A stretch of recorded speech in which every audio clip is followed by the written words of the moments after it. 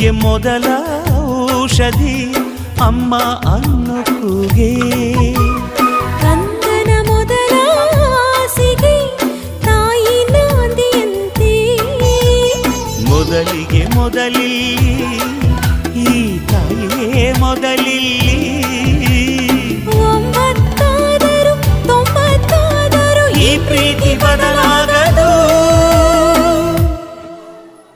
ಗರ್ಭದ ಗುಡಿಯಲ್ಲಿ ಭಗವಂತ ತಾನೇ ಕುಳಿತ ಸ್ವಾರ್ಥಿಕಣು.